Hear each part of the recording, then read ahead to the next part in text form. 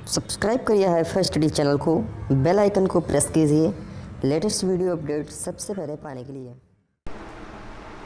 Hello दोस्तों, एक फिर से आप सभी का बहुत बहुत स्वागत करता हूं आपके अपने चैनल हाईफाई स्टडी में। दोस्तों, आप में से काफ़ी सारे लोग ये सोच रहे होंगे या हो रहे, पीछे आप लोग को यही लग रहा होगा कि जो शांति शिक्षा का है वो बेसिकली 50 नंबर का होता है। ये आपको लग रहा था क्योंकि काफ़ी सारे लोग कंफ्यूज थे, लगभग काफ़ी सारे लोग जो थे वो कंफ्यूज थे। तो आज के इस वीडियो में हम दोस्तों आप सभी के लिए 2013 बैच का जो पेपर हुआ था 2016 में, वो लेकर के मैं आप सभी के सामने आया हूं। दोस्तों, यहाँ पर बहुत इम्पोर्टेंट ये वीडियो होने वाली है। प्रीवियस ईयर पेपर यहाँ पर हम लोग सॉल्व करने वाले, किन किन बातों का आपको ध्यान रखना है पेपर देते टाइम, वो भी हम यहाँ पर आपके सामने जो है वो रूबरू उससे करवाएंगे। ठीक है ना।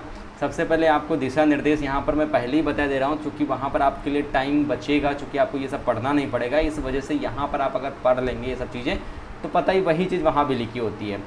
समय आपका 1 घंटा होता है, पढ़ने की ज़रूरत नहीं। शांति शिक्षा देखा, हाँ भाई 1 घंटा का समय है, पूर्णांक इसका 25 का है।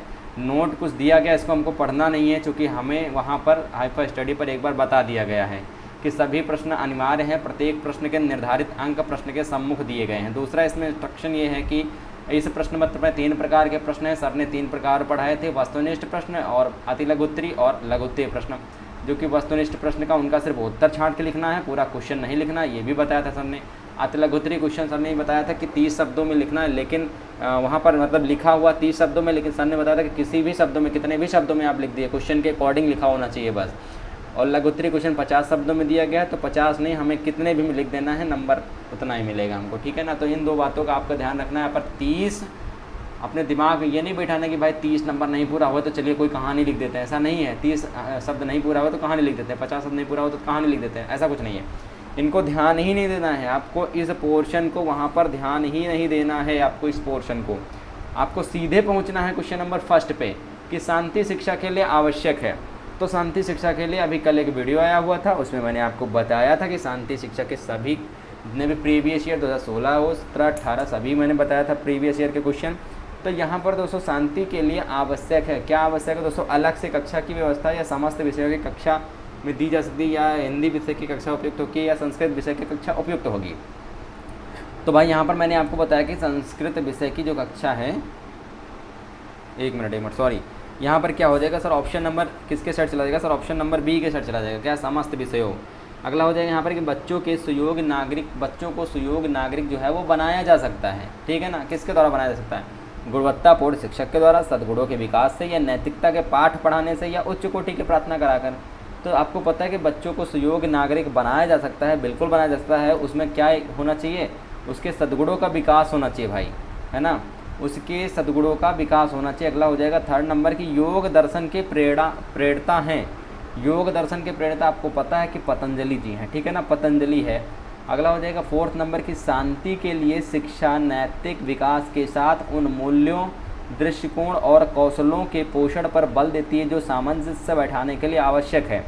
तो ये भी क्वेश्चन का जवाब आपको तो पता ही है ना। 4th नंबर का क्या हो जाएगा, यानी कि प्राकृतिक और मानव जगत के बीच। 5वां नंबर बहुविकल्पी, 5वां नंबर चूँकि 25 नंबर का पेपर होता है तो बहुविकल्पी आपके 5 ही तो पूछे जाएंगे। भारतीय की स्थापना होती है, इसमें से काफ़ी लोग यही सोच रहे थे कि 50 नंबर का पेपर होता है भाई, 25 नंबर को अनिवार्य रूप से लाने होते हैं, 24 लाया मतलब बैक लग गया। नहीं दोस्तों, 25 नंबर का ही पेपर होता है। विश्व भारती की स्थापना की है महात्मा गांधी ने, विवेकानंद ने, रविंद्रनाथ टैगोर ने, या दयानंद सरस्वती ने। तो भाई राइट आंसर हमारा क्या हो जाएगा, रविंद्रनाथ टैगोर हो जाएगा सर, ऑप्शन नंबर सी की साइड चले जाएंगे हम लोग। ठीक है ना। यहाँ से हमारी जो शुरुआत होती है दोस्तों वो अति लघुत्तरीय प्रश्न की होती है। अभी मैं आपको बताता हूँ अति लघुत्तरीय प्रश्न की स्टार्ट, यहाँ पर अति लघुत्तरीय जो प्रश्न है वो आपका स्टार्ट होता है। ठीक है ना दोस्तों, वो आपका स्टार्ट जो है होता है। अब बात आती है दोस्तों यहाँ पर कि विद्यालय पाठ्यक्रम में शांति शिक्षा क्यों आवश्यक है। विद्यालय पाठ्यक्रम में भाई शांति शिक्षा क्यों आवश्यक, तो यानी कि विद्यालय पाठ्यक्रम में शांति शिक्षा इसके लिए आवश्यक है क्योंकि इसके अभाव में बालक शांति शिक्षा की अवधारणा, आवश्यकता एवं महत्व से परिचित नहीं होगा। अब आपको पता है यहाँ पर 1 2 3 4 5 6 7 8 9 10 11 12 13 14 15 16 17 18 19 20 21 22 23 24 25 26 27 28 28 शब्दों में है, बाकी 28 शब्दों में है। लेकिन इसका मतलब मेन आंसर जो है वो आपका इसके अभाव से और होगा तक है। यानी कि विद्यालय में पाठ्यक्रम में शांति शिक्षा के लिए आवश्यक है, तो वही लाइन दोहरा दी गई यहाँ पर, लेकिन जो मेन इसका आंसर है वो सिर्फ और सिर्फ इतना है, ठीक है ना। तो मतलब हमने आपको बताया था कि 30 शब्द से कोई मतलब नहीं है। अभी यहाँ पर क्वेश्चन नंबर 7 में वही प्रकार है कि आपके मतानुसार शांति के लिए प्रमुख घटक कौन है। तो शांति के लिए प्रमुख घटक इससे कोई मतलब नहीं है, आंसर में लिखिए ना लिखिए। सत्य, अहिंसा, अस्तेय, अपरिग्रह, संतोष, त्याग एवं बलिदान। 1 2 3 4 5 6 7 8 9 9 बताइए, आदि लगा दिएगा मतलब 9। सिर्फ कितने घटक? 9 घटक हैं और 9 शब्द हैं। 8 घटक, 7 घटक और 9 शब्द हैं। तो यहाँ पर देख सकते हो आप लोग, मतलब 9 शब्द में कहाँ से आप कोई नंबर नहीं कट करेगा। यहाँ पे आप चाहे 30 में लिखिए, 4 में लिखिए, एक लाइन में है तो एक लाइन में लिखिए, एक शब्द में है तो एक शब्द में लिखिए, एंड क्वेश्चन आपका नहीं कट होने वाला है। लेकिन हाँ, लिखना आपको क्वेश्चन के अकॉर्डिंग है, उसमें दुनिया भर का नोटंकी नहीं लिखना उसमें, ठीक है ना। मतलब काफ़ी लोग होता है ना, लाइन भरने के चक्कर में लिखते चले जाते हैं। प्रश्न संख्या 8 क्या है? अहिंसा मूलक समाज की विशेषता लिखिए। अहिंसा मूलक समाज की विशेषता लिखना है, यानी कि अहिंसा मूलक समाज की प्रमुख विशेषता यह है कि वह किसी भी स्थिति में हिंसा का सहारा नहीं लेता है। क्या नहीं लेता है सर? हिंसा का सहारा है, नहीं लेता है। ये हो गया। क्वेश्चन नंबर 9 कि उन कारणों को बताइए जो किशोरावस्था में हिंसा के रूप में प्रकट होती हैं। तो कारण में पहला कारण हो जाएगा जो पारिवारिक कारण हो जाता है, दूसरा परिवार की आर्थिक दशा हो जाता है, तीसरा आपका शारीरिक कारण भी इसमें सबसे बड़ा योगदान होता है, और मानसिक योग्यता का भी योगदान होता है, मानसिक अयोग्यता आदि का। अगला हो जाएगा क्वेश्चन नंबर 10, साइबर बुलिंग का क्या अर्थ है? तो साइबर बुलिंग यानी कि गंदी भाषा। साइबर बुलिंग क्या होता है? यानी कि गंदी भाषा, तस्वीरों या धमकियों से इंटरनेट पर किसी भी व्यक्ति को डराना, धमकाना, टॉर्चर करना या उसे गलत दिशा में भटकाना, ये सब इसके अंतर्गत आता है, यानी साइबर बुलिंग के अंतर्गत ये आता है। यहाँ से शुरुआत होती है दोस्तों 11 नंबर प्रश्न की, जो कि कहता है यहाँ पर कि अष्टांग योग। जैसा मैंने आपको बताया था कि अष्टांग योग जो है वो लगभग सभी प्रीवियस ईयर में पूछा गया। अभी इसके बाद जो प्रीवियस ईयर में एक और लेकर के आऊँ जो कि स्पेशल 2016 का होगा, ठीक है ना, तो उसमें भी ये क्वेश्चन इंक्लूड किया गया। तो अष्टांग योग ये बहुविकल्पी में भी पूछा जाता है कि अष्टांग योग के इनमें से कौन सा अंग हैं, इसमें कौन से अंग हैं। तो अगर उसमें आपके काफ़ी सारे अंग दे दिए गए और अंग में से आपका इसमें से एक अंग उसमें ऑप्शन में सही कर दिया गया, उस पर टिक करते हो तो सही हो जाएगा आपका। अष्टांग योग से तात्पर्य 8 अंगों से होता है। पतंजलि ने योग के सभी विद्याओं को 8 अंगों में विभाजित कर दिया था। यही अंग कौन कौन से? यम, नियम, आसन, प्राणायाम, प्रत्याहार, धारण, ध्यान और समाधि आदि हो जाएगा। यहाँ पर इन अंगों को मैंने आपको बताया था। अगर आपने प्रीवियस ईयर वीडियो देखा होगा शांति शिक्षा का, तो उसमें मैंने आपको बताया था, ठीक है ना। सभी को पता भी होगा कि हाँ बताया गया था। यहाँ से शुरुआत होती है सर हमारे 2-2 नंबर क्वेश्चन की, ठीक है ना, जो 2 नंबर के क्वेश्चन पूछे जाते हैं। क्वेश्चन नंबर 12 कि शांति के लिए अवधारणा बताइए, यानी शांति के लिए शिक्षा की आवश्यकता पर प्रकाश डाले। देखिए लघुत्तरीय क्वेश्चन क्या होते हैं? लघुत्तरीय क्वेश्चन मोस्टली आपको खुद पढ़ने पड़ते हैं, ठीक है ना, आपको समझने पड़ते हैं या रटने पड़ते हैं। मेन चीज़ रटना ही पड़ता है। तो शांति के लिए अवधारणा तो आपको पता ही है ना। शांति की जो संकल्पना मैं बता दे रहा हूँ, सर्वप्रथम जो हुई थी वो 1980 में वेल्स के अंतर्राष्ट्रीय कॉलेज में प्रस्तावित किया गया था, ठीक है। और वर्तमान में शिक्षा का महत्वपूर्ण कार्य मानव संसाधनों का यथोचित विकास करना है। यही कारण है कि आज शिक्षा के द्वार पर अनेक नूतन प्रवृत्तियाँ जो हैं वो दस्तक दे रही हैं। तो इसको तो आपको पढ़ना ही पड़ेगा, ठीक है ना। क्वेश्चन नंबर 13 व्यक्तित्व एवं सामाजिक विकास का संबंध स्पष्ट कीजिए। और व्यक्तित्व में कौन कौन से प्रमुख गुण हैं, है ना। व्यक्तित्व में कौन कौन से जो प्रमुख गुण हैं उनको भी आपको स्पष्ट करना है, वो भी आपको बताना है, ठीक है। तो ये भी मोस्टली हम लोग क्या करते हैं, ये लोग हम लोग भी पढ़ते हैं, ठीक है ना। जैसे कि आपको पता है कि सामाजिक जो विकास के तत्व या प्रक्रिया होती है, जैसे कि आपको पता है इसमें आपका एक होता है आपका बालक द्वारा सामाजिक रूप में अनुमोदित आचरण को सीखना या उसके अनुरूप व्यवहार करना। दूसरा आपको इसी में आ जाता है कि समाज द्वारा स्वीकृत सामाजिक भूमिका का निर्वहन करना। तीसरा आपका अभिव्यक्ति का विकास या सामाजिक मनोवृत्ति का विकास, दोनों इसके अंतर्गत ये आ जाते हैं, ठीक है। अगला हो जाएगा यहाँ पर हमारा कि मानवाधिकारों की सार्वभौमिक घोषणा कब एवं किस उद्देश्य से की गई है, कब की गई थी। और सबसे बड़ा क्वेश्चन यहाँ पर आता है कि किस उद्देश्य से की गई। उद्देश्य भी हमको पता होना चाहिए ना सर, उद्देश्य भी हमको जो है ना पता होना चाहिए। तो अगर हम बात करते हैं यहाँ पर कि जो मानवाधिकार हैं, ह्यूमन जो राइट्स होते हैं, है ना, मानवाधिकार सार्वभौमिक गुण की घोषणा कब की, तो एक चीज़ आपको यहाँ पर पता होनी चाहिए कि जो 10 दिसंबर 1948 था, एक 10 दिसंबर 1948 था, इसके दिन मानव जाति के इतिहास में ऐतिहासिक दिन के रूप में जाना जाता है। इसलिए इस दिन को संपूर्ण विश्व मानवाधिकार मनाया जाता है। 10 दिसंबर क्या मनाया जाता है सर? मानवाधिकार मनाया जाता है। और सन कौन सा था? 1948 था के रूप में मनाया जाता है। लेकिन अभी क्या है कि मानवाधिकार संगठन सुचारू रूप से तभी कार्य कर सकेंगे जब प्रत्येक नागरिक कर्तव्यबद्ध होगा।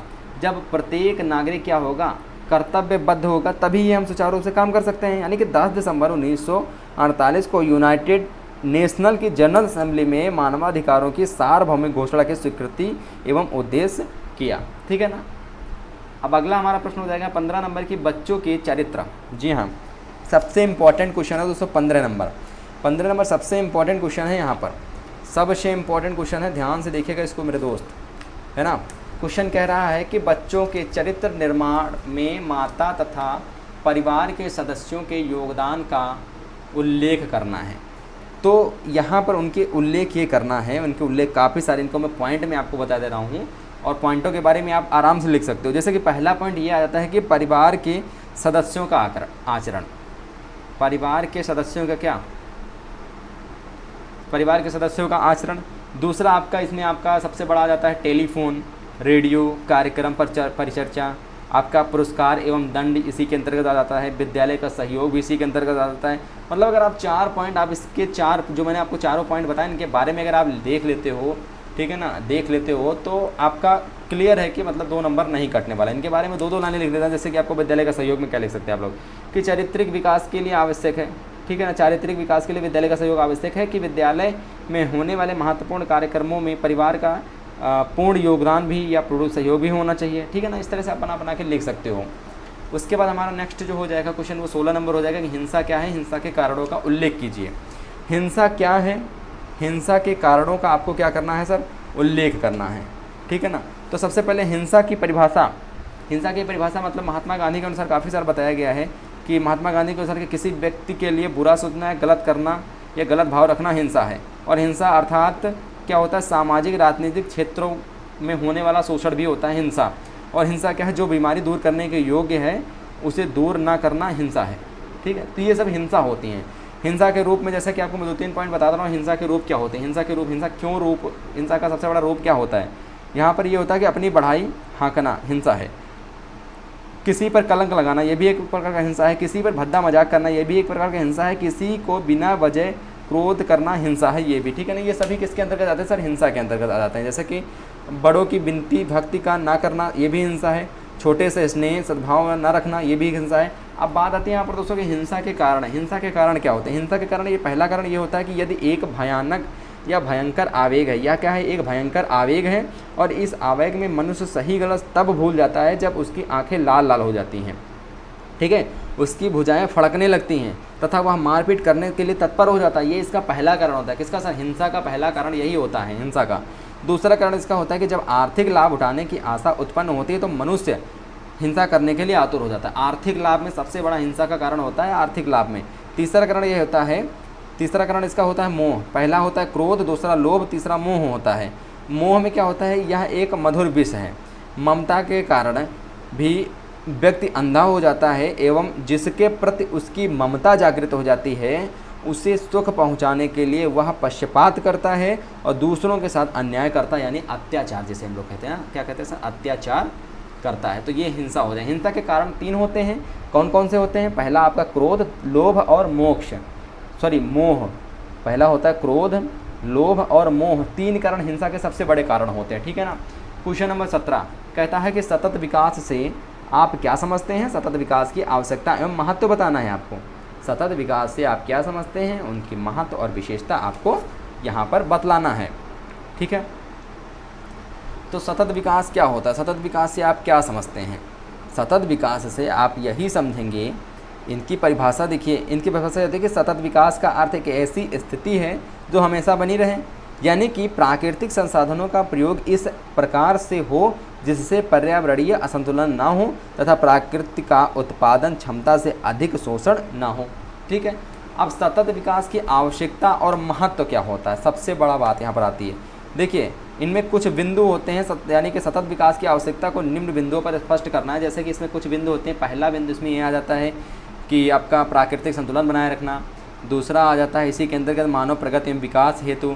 तीसरा आपका पर्यावरण प्रबंधन हेतु। चौथा आपका आ जाता है यहाँ पर, चौथा आपका क्या आता है, मानव जिज्ञासा के समाधान हेतु और अधिगम एवं शिक्षण हेतु, ये आपका 5वां आ जाता है। और छठा आपका जीवन का अस्तित्व बचाने हैं। तो अगर आप इन पॉइंटों को बेहतरीन तरीके से आप लाइन में लिख लोगे ना तो बहुत इंपॉर्टेंट ये आप सभी के लिए हो जाएगा। और ये मतलब इसमें 2 नंबर तो नहीं कटने वाला है, ठीक है ना, इसमें आपका नंबर कटेगा ही नहीं। अगर आप ऐसे कुछ लिखोगे ना तो नंबर कटेगा ही नहीं। अब आपको यहाँ पर हम यहाँ पर बात करने वाले हैं क्वेश्चन नंबर 18। क्वेश्चन नंबर जो 18 है हमारा है, क्वेश्चन नंबर 18 है, ये हमारा इंपॉर्टेंट क्वेश्चन है। शांति के लिए शिक्षा के संदर्भ में निम्नलिखित में से किन्हीं 2 पर टिप्पणी करना है आपको। पहला यहाँ पर प्रोजेक्ट किए जा सकने वाले मॉडल यानी शांति शिक्षा के संदर्भ में, दूसरा प्रोजेक्ट कार्य, तीसरा आपके प्रशिक्षित शिक्षकों को शांति के लिए शिक्षा की आवश्यकता। यहाँ पर शांति के संदर्भ किए जाने वाले मॉडल जो हैं वो निम्न प्रकार हो सकते हैं। पहला मॉडल इसमें हो सकता है कि योग एवं शांति के संबंध में, पहला मॉडल इसमें हो सकता है योग एवं शांति के संबंध में, यानी योग एवं शांति, हाँ। दूसरा हो जाएगा तनाव प्रबंधन एवं योग, मानव अधिकार एवं शांति मूल, सतत विकास एवं पर्यावरणीय, ये हो जाएंगे। यानी शांति शिक्षा के संदर्भ में प्रोजेक्ट कार्य, पहला तनाव प्रबंधन शांति, मीडिया एवं हिंसा में संबंध, मानवाधिकार एवं लोकतंत्र में संबंध, और शांति शिक्षा एवं मूल में, ठीक है ना। यानी कि अगर बात करते हैं यहाँ पर हम लोग कि प्रशिक्षुओं को शांति बनाए रखने के लिए शिक्षा की आवश्यकता, यानी प्रारंभिक शिक्षा मानव जीवन का मूलाधार है, यानी माध्यमिक शिक्षा तना है तथा उच्च शिक्षा जीवन का विकासात्मक प्रसार है। यानी व्यक्ति को शिक्षित करने का तात्पर्य उसे दिशा देना, या फिर शिक्षा के माध्यम से हम छात्रों को शांति के पथ पर ले जा सकते हैं और फिर हिंसा की ओर ये हमें तय करना है। यानी वर्तमान में विश्व में चारों ओर हिंसा एवं भय का वातावरण बढ़ता जा रहा है। ऐसे में शांति शिक्षा के लिए सर्वाधिक आवश्यकता है। और शांति शिक्षा केवल मानव मन को शांति नहीं बल्कि समाज को प्रगति तथा विकास के बारे में सोचने का अवसर प्रदान करते हैं। ऐसी स्थिति में व्यक्ति बालक को शांति शिक्षा के प्रति लगाव उत्पन्न करना आवश्यक है और यह कार्य शिक्षा द्वारा ही पूर्ण किया जा सकता है, जिसमें पाठ्यक्रम एवं शिक्षक प्रशिक्षक की भूमिका अत्यंत आवश्यक होती है ना। इन्होंने एक लाइन कही थी एक व्यक्ति ने, अगर पता है तो बताना आप लोग, कि हमें इतने व्यक्ति दे दीजिए मैं पूरे विश्व को या पूरे देश को शिक्षित कर दूंगा, ठीक है ना। ये इस तरह की कुछ लाइन थी। वो लाइन किसने कही थी अगर आपको पता है तो ज़रूर से ज़रूर आप लोग बताइएगा, ठीक है ना, ज़रूर आप लोग बताइएगा। उम्मीद करते हैं आज का सेशन बहुत ही ज़्यादा इंपॉर्टेंट लगा होगा। प्रीवियस पेपर आपको किन किन बातों का ध्यान रखना वो सारा मैंने आपको बताया। उम्मीद करते हैं सेशन पसंद आएगा तो वीडियो को लाइक शेयर कर देना। मिलते हैं नेक्स्ट वीडियो के साथ, तब तक ले रहें। जय हिंद, जय भारत, वंदे मातरम।